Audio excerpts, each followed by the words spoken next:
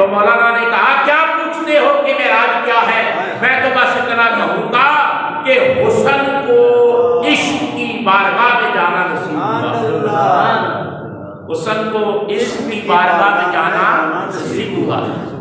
حضور حسن ہے، حضور ہے، ساری کائنات کو جو حسن ملا وہ حضور سے ملا۔ کائنات میں رنگ و نور حضور کی وجہ سے۔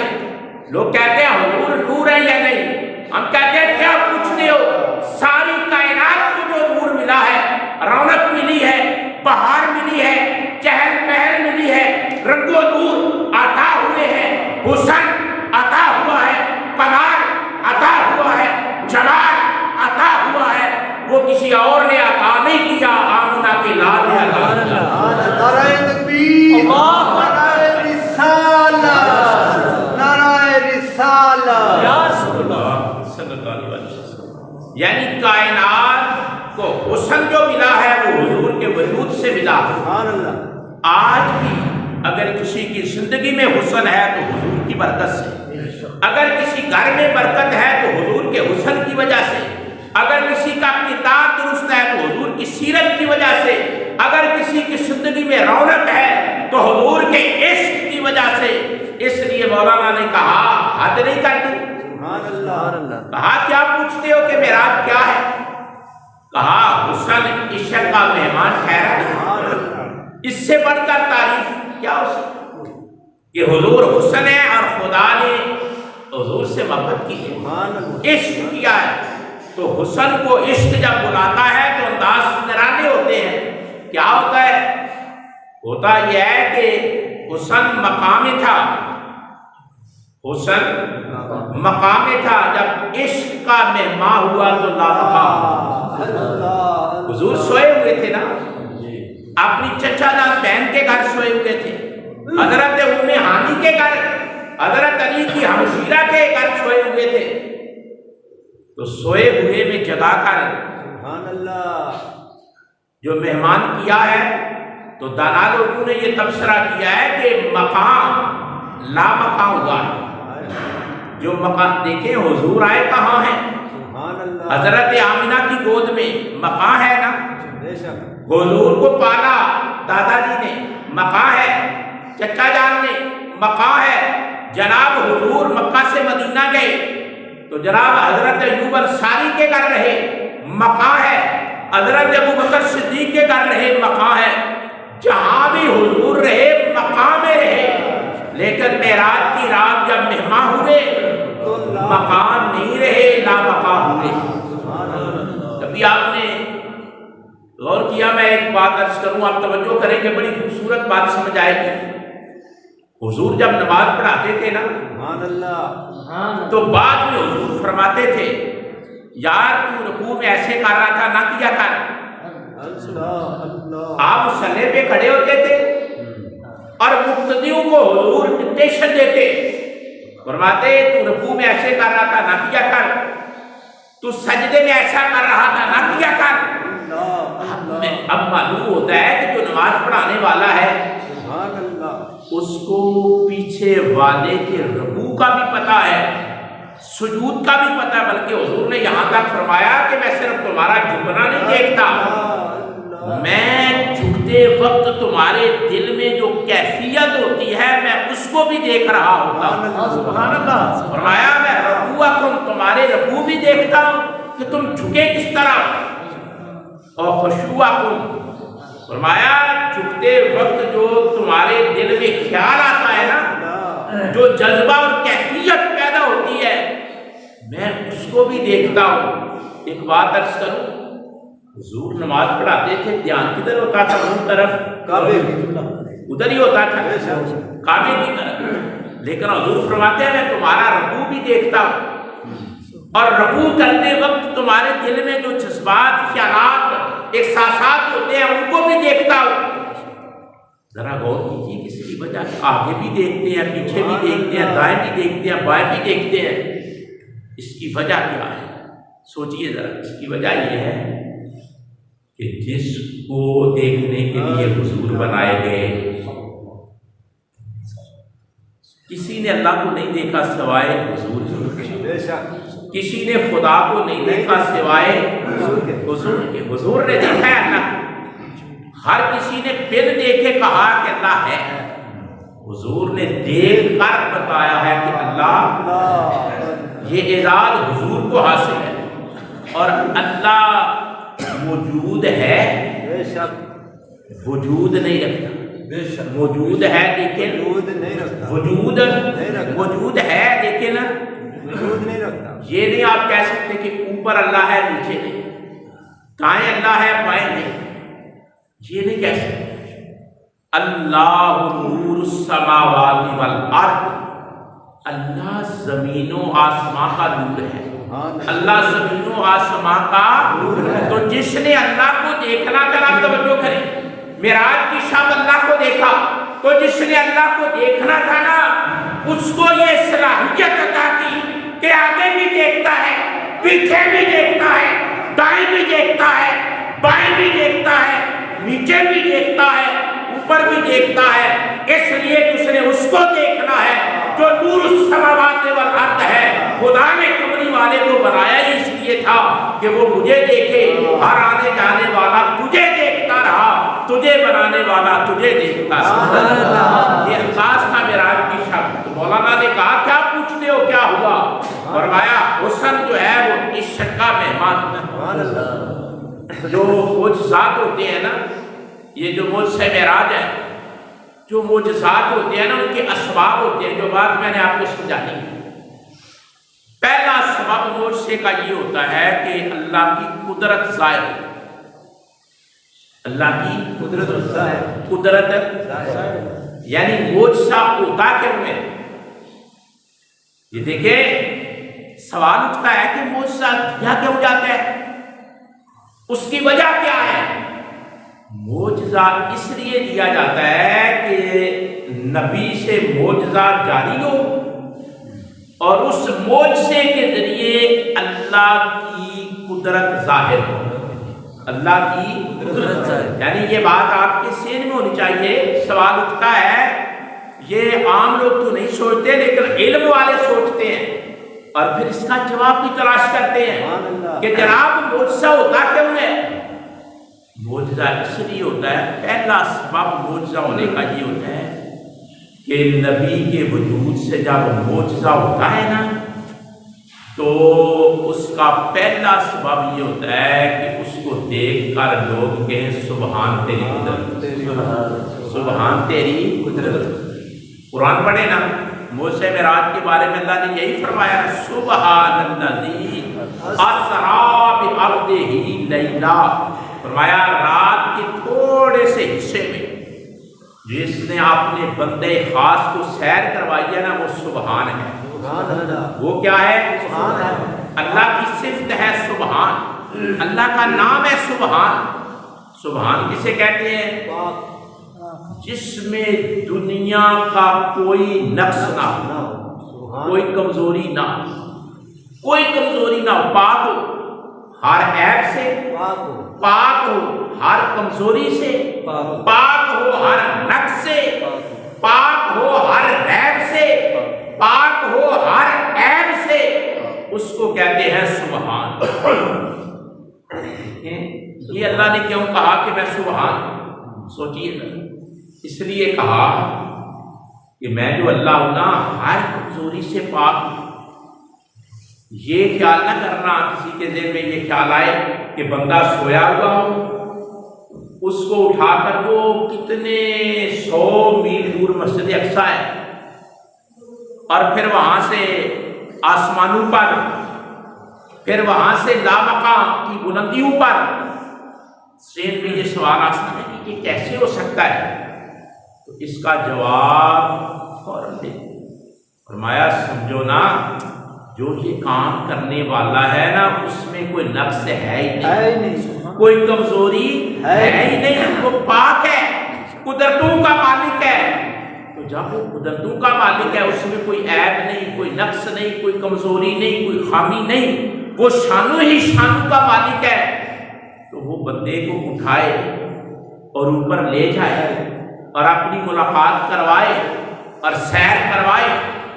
یہ مشکل نہیں ہے، وہ قدرتوں کا مالک ہے، جو قدرتوں کا مالک ہے، جو چاہے کرے اس پر کوئی اعتراض کر سکتا دیکھیں اختیار جو ہوتا ہے نا، قدرت جو ہوتی ہے اس کو کوئی چیلنج نہیں کر سکتا، وہ آدم کو ماں اور باپ کے بغیر پیدا کرے، کوئی چیلنج ہے نہیں کر سکتا، آدم علیہ السلام کو ماں اور باپ کے بغیر پیدا کیا، کوئی چیلنج ہے نہیں کر سکتا، عیسیٰ علیہ السلام کو باپ کے بغیر صرف ماں سے پیدا کر دیا اور ساری کائنات کو ماں باپ سے پیدا کر دیا۔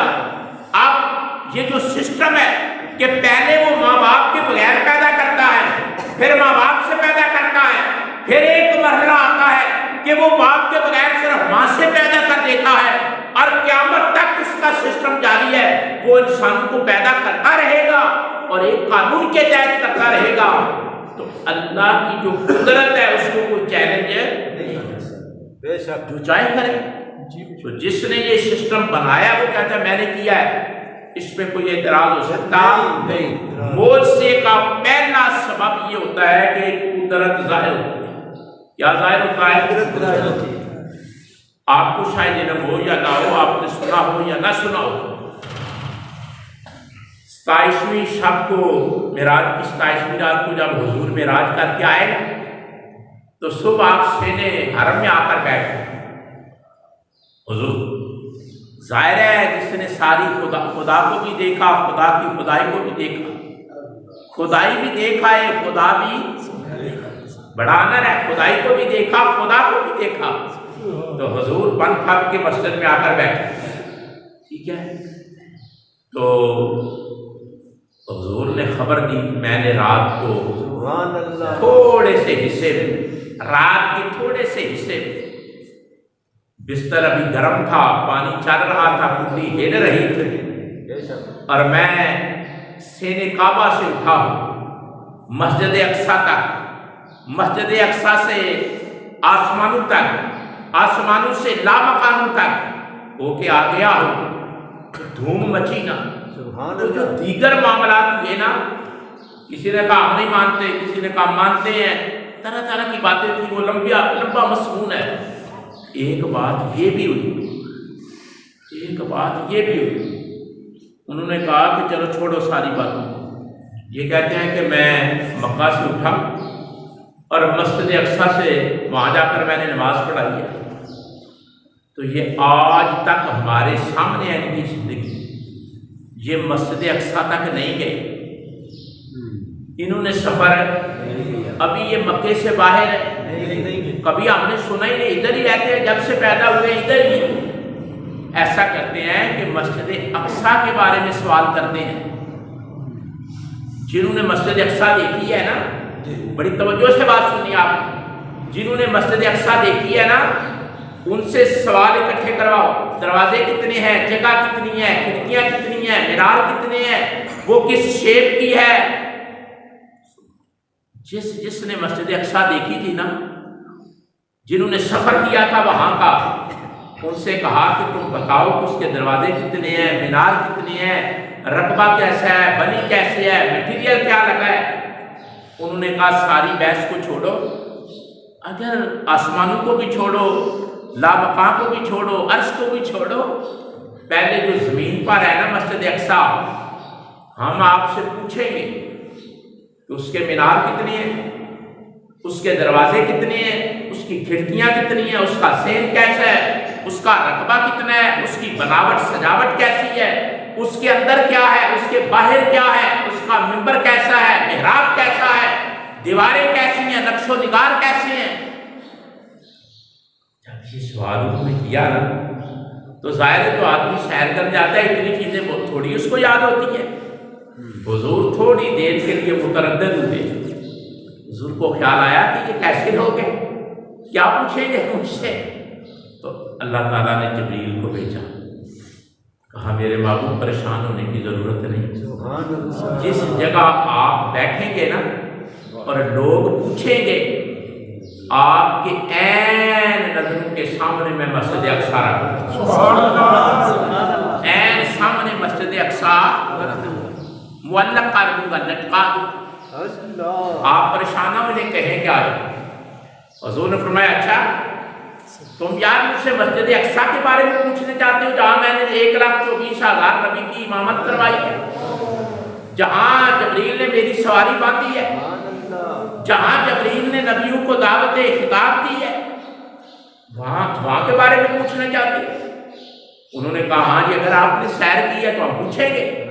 انہوں نے پرانے بابے اکٹھے کیے، جنہوں نے مسجد اقصیٰ دیکھی تھی وہاں رہے تھے، انہوں نے کہا چلو دروازوں کے بارے میں پوچھتے ہیں، کھڑکیوں کے، میناروں کے، دیواروں کے، محرابوں کے، ممبروں کے بارے میں۔ 24 ایکڑ پر مشتمل ہے مسجد اقصیٰ۔ کتنے؟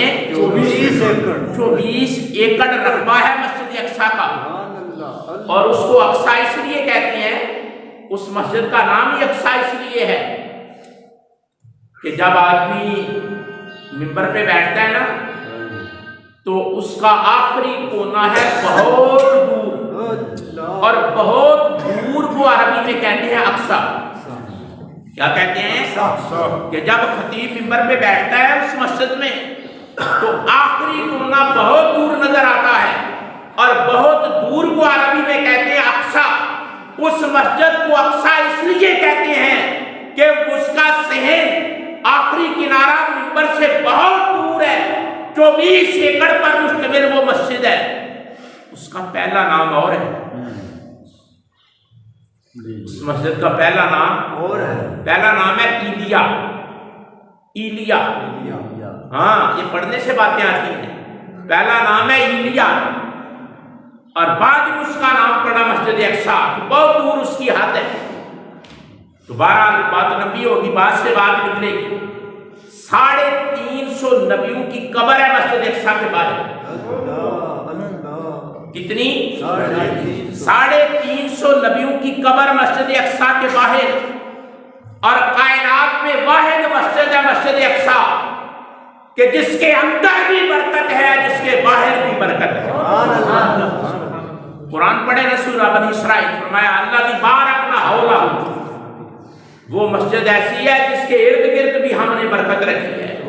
کائنات کی ہر مسجد کے اندر برکت ہے، مسجد اقصیٰ کے اندر بھی برکت ہے اور باہر بھی برکت ہے۔ قرآن کہتا ہے باہر برکتیں ہیں، مسجد اقصیٰ کے باہر برکت ہے۔ باہر اندر تو برکت ہے کہ اللہ کا گھر ہے، سجدہ ہوتا ہے، باہر برکت کس کی ہے؟ نبیوں کی قبروں سے۔ پتہ چلا قبریں بھی برکت کا سبب ہوتی ہیں، اور اللہ بیان کر رہا ہے کہ قبریں برکت کا سبب ہے۔ جو کہتے ہیں قبروں پہ نہ جاؤ انہیں پتہ ہی نہیں قبر کی ویلیو کیا ہوتی۔ اللہ قرآن میں بیان کر رہا ہے کہ اللہ دی بارکنا حولہ، کہ مسجد اقصیٰ کے ارد گرد برکت ہے، اور وہ برکت کسی اور وجہ سے نہیں ہے، اس لیے کہ 350 نبیوں کی قبریں ہیں۔ یہ باریک مسائل ہوتے ہیں، کو ذہن میں بھی رکھا کرو۔ اگر کوئی بات کرے اسے کہو یار مسجد اقصیٰ کے باہر قرآن کہتا ہے برکت ہے، سبحان اللہ، تو وہاں سائیکل کھڑی کرنے کی برکت ہے، وہاں گاڑیاں کھڑے کرنے کی برکت ہے۔ برکت اس لیے کہ نبی دیکھے ہوئے ہیں، جہاں اللہ کے بندوں کی قبریں ہوتی ہیں وہ ماحول بھی بابرکت بن جاتا ہے۔ مسجد اقصیٰ کے بارے میں حضور نے فرمایا آ جاؤ سوال کر، وہ تیاری کر کے آئے، حضور بیٹھے ہوئے تھے۔ اب آپ نے توجہ سے بات سنی، حضرت علی کے بھائی کا گھر تھا سامنے، حضرت علی کے بھائی کا جن کا نام تھا حضرت عقیل، حضرت مسلم بن عقیل سنا ہوا ہے؟ وہ سامنے گھر تھا حضرت عقیل کا۔ اللہ تعالیٰ نے حضور جہاں بیٹھے تھے نا بالکل سید میں، عین سید میں، حضور کی نظروں کے سامنے اللہ نے مسجد اقصیٰ کو حضرت عقیل کے گھر کے اوپر معلق کر دیا۔ فرمایا دیکھتے جاؤ ان کے سوالوں کے جواب عطا کرتے۔ وہ حضور کی طرف منہ کر کے بیٹھے تھے، جو بات میں کرنا چاہتے ہیں وہ حضور کی منہ کی طرف کر کے بیٹھے تھے۔ کسی نے کہا کہ مینار کتنے؟ آپ نے فرمایا اتنی۔ کسی نے کہا کھڑکیاں کتنی ہیں؟ آپ نے فرمایا اتنی۔ دیواروں کا رنگ کیا ہے؟ سین کتنا ہے؟ اتنا۔ ممبر کیسا ہے؟ ایسے۔ جب حضور فر فر جواب دے رہے تھے نا تو وہ منہ میں انگلیاں ڈال رہے تھے کہ کہیں سے بھی بھول نہیں رہی، جو پوچھتے ہیں وہ بتا رہے ہیں۔ سارے سوال جب پوچھ چکے نا مسجد اقصیٰ کے بارے میں، حضور نے فرمایا تسلی کر، مسجد 24 ایکڑ پر مشتمل، اس کو اٹھا کر ایک چھت کے اوپر رکھ دیا، اور سرکار دیکھ کر بتا رہے ہیں، سرکار کے سامنے رکھا کہ معبود کو پریشانی نہ ہو، طبیعت پر کوئی مشکل پیدا نہ ہو۔ سرکار دیکھتے اور بتاتے جاتے۔ میں آپ سے جو سوال کرنے لگا ہوں ذرا توجہ سے، ایک مکان کا اٹھا کر حضور کے سامنے رکھ دینا، یہ اس بات کی دلیل تھی کہ ابھی رات کو لامکان کے مہمان جو بنے ہیں، رات وہ ہے جو سوئے ہوئے کو اٹھا کر لامکان کی بلندیوں پر لے جاتا ہے، رب وہ ہے جو مسجد اقصیٰ کو عقیل کے گھر پہ لٹکا سکتا ہے۔ نبی اکرم صلی اللہ علیہ وسلم کو جو معجزات عطا ہوئے، ان کا مطلب یہ تھا کہ حضور کے معجزے کے ذریعے اللہ کی قدرت ظاہر ہو۔ کیا ظاہر ہو؟ اللہ کی قدرت۔ کیا ظاہر ہو؟ اللہ کی قدرت۔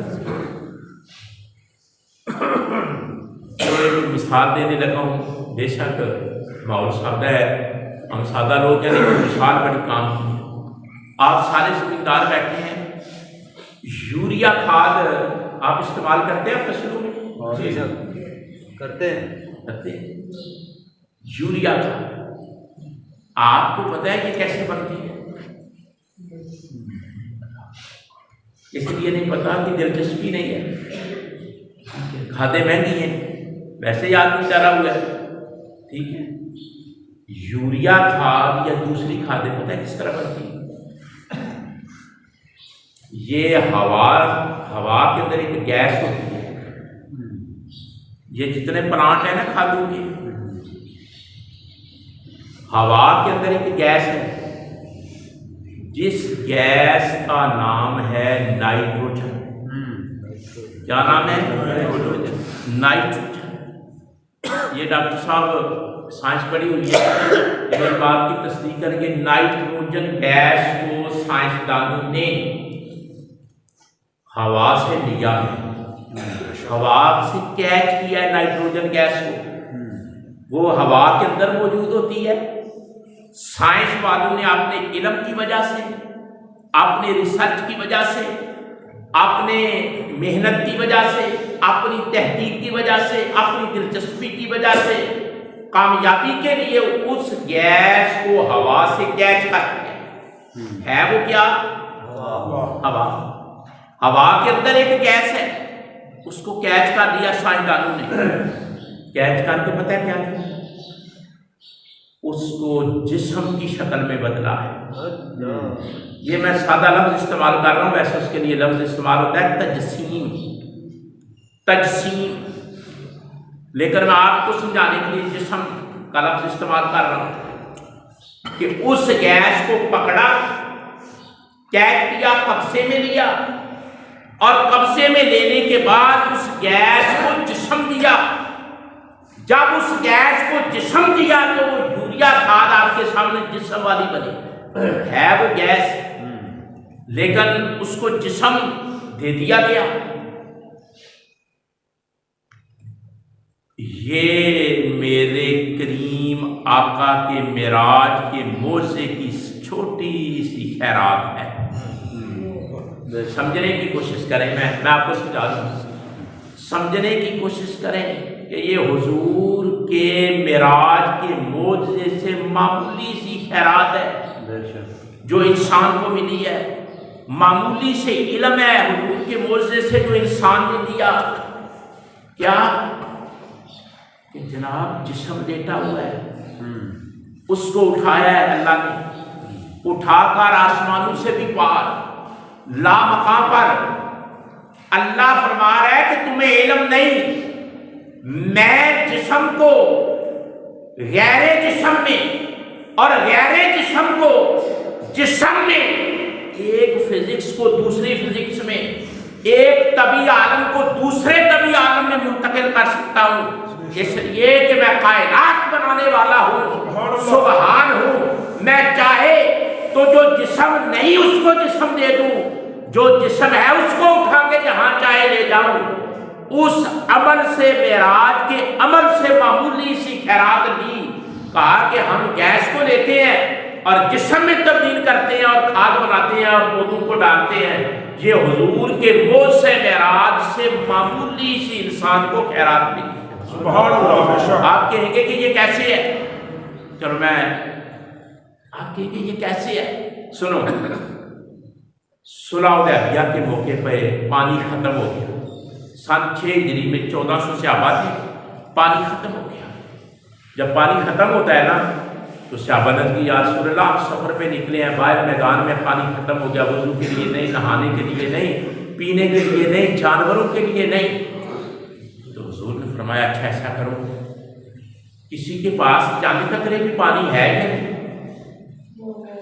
تو تلاش کی گئی،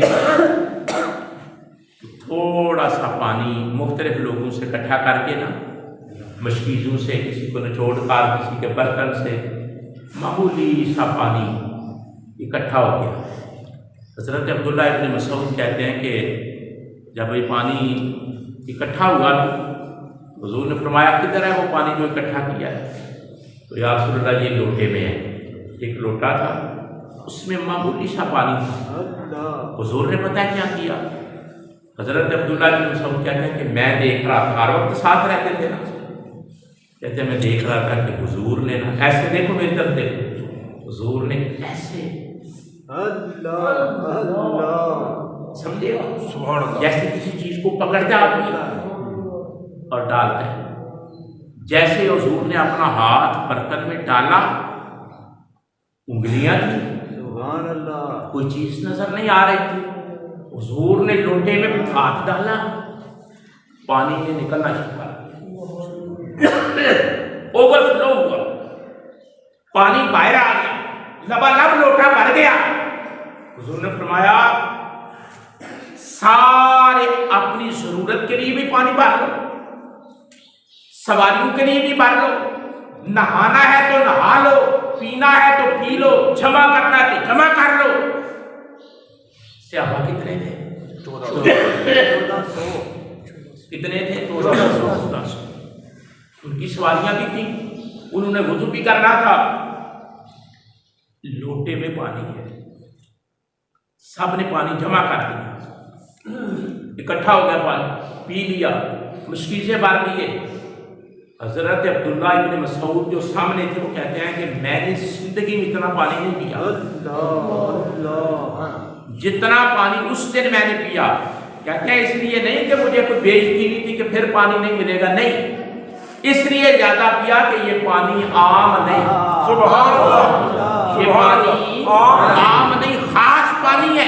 کہتے ہیں میں نے بہت سے، قد چھوٹا تھا، کہتے ہیں میں نے خوب بھر کر پانی پیا۔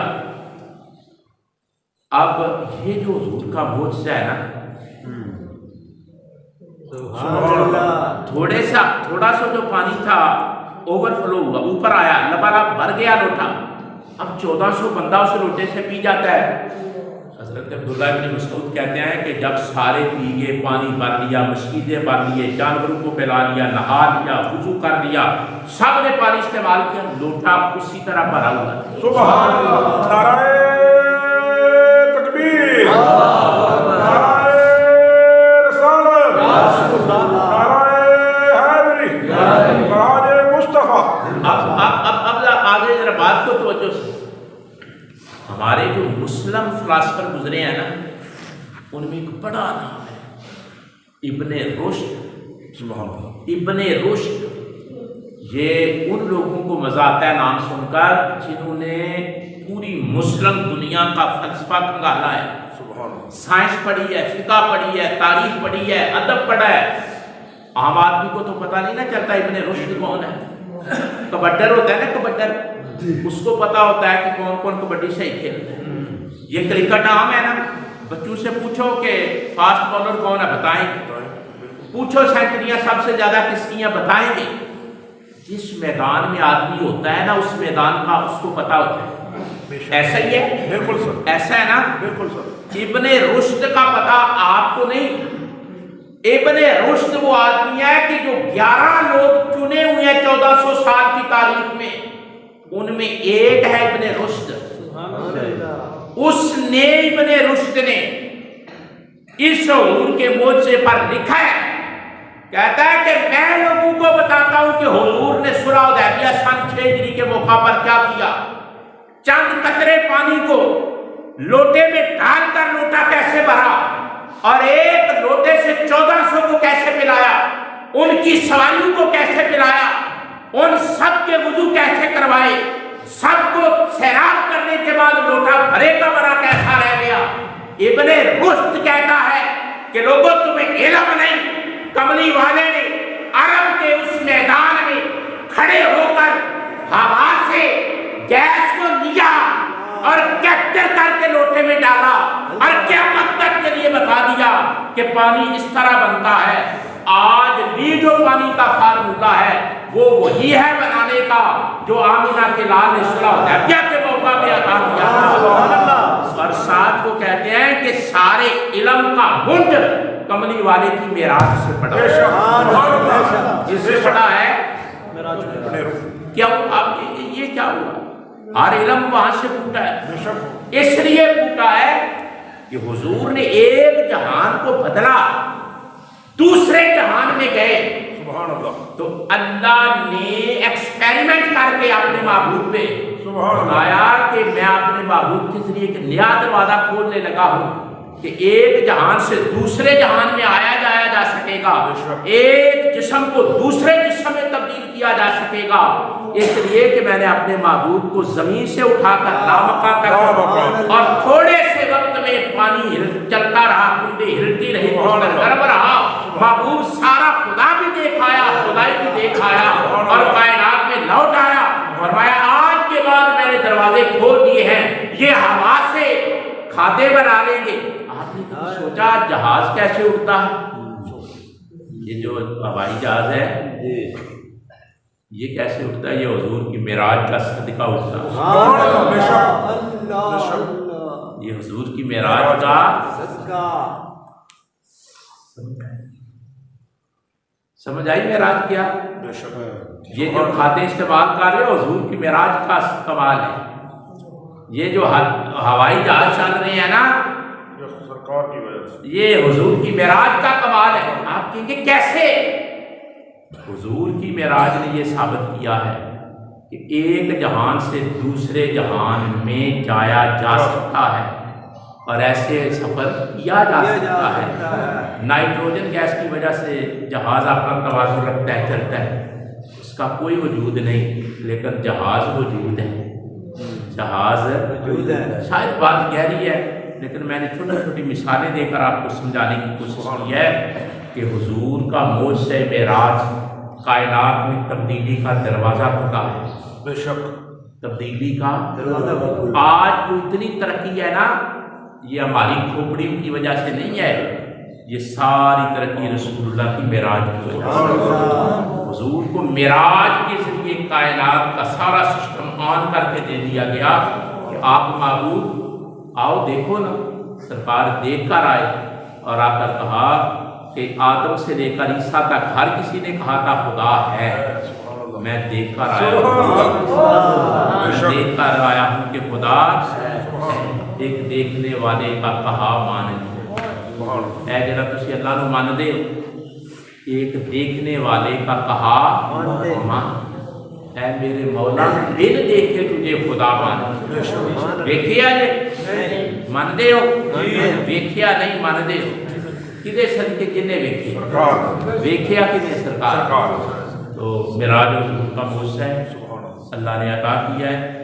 اس معجزے کی برکت سے ابھی تو میں نے ایک قدرت کا اعلان کیا ہے, انشاءاللہ اگلے جمعے میں آپ کو بتاؤں گا کہ باقی 5 باتیں ہوتی ہیں معجزے کے پیچھے. ایک بیان کیا میں نے, ایک بیان کیا, ابھی 4 باتیں باقی ہیں, زندگی رہی. انشاءاللہ اگلے جمعے بعد بیان کریں گے. حضور کے معجزے معراج کو جس دور میں ہم بیٹھے ہیں نا, آدمی جہاں بیٹھا ہو اس کی روح نکل کر دوسرے جہان میں جا سکتی ہے، اور وہ ابھی بیٹھا ہی ہے، دیکھ بھی رہا ہوگا، سن بھی رہا ہوگا، لیکن روح اندر سے نکل کر دوسرے جہان میں سفر کر سکتی ہے۔ یہ پاکستانی ایک سائنسدان نے کر کے دکھا دیا، کر کے دکھا دی۔ باتیں آپ کی تھوڑی سی سمجھ سے اوپر ہیں، لیکن میں آپ کو اشارہ دے رہا ہوں کہ یہ ہو گیا ہے، یہ ہو گیا۔ پاکستانی سائنسدان ہے جس نے، یہ انسان بیٹھا ہوا ہے، اس کے اندر کا انسان سفر کر رہا ہے، وہ دیکھ بھی رہا ہے، سن بھی رہا ہے، بیٹھا ہوا بھی ہے، موجود بھی ہے، کوئی فرق نہیں پڑتا، کوئی فرق نہیں پڑتا۔ میں نے اس کی کتابیں پڑھی ہیں، اس کو سنا ہے، ٹھیک ہے، اس کو پڑھا ہے میں نے، اس نے ثابت کیا ہے، اور دنیا نے تسلیم کیا کہ یہ بندہ ٹھیک کہہ رہا ہے، ایسا ہو سکتا ہے اور ہو رہا ہے۔ 1400 سال 1450 سال پہلے سرکار دو عالم صلی اللہ علیہ وسلم اٹھے، گئے، ساری کائنات جنت بھی دیکھی، دوزخ، مقام، ساتواں آسمان، مسجد اقصیٰ، سارے سفر، نبیوں سے ملاقاتیں، بستر گرم تھا، کنڈی ہل رہی تھی، پانی چل رہا تھا، سارا کچھ دیکھ کے واپس بھی آ گئے۔ وما توفیقی الا باللہ، جن دوستوں نے سنتے اللہ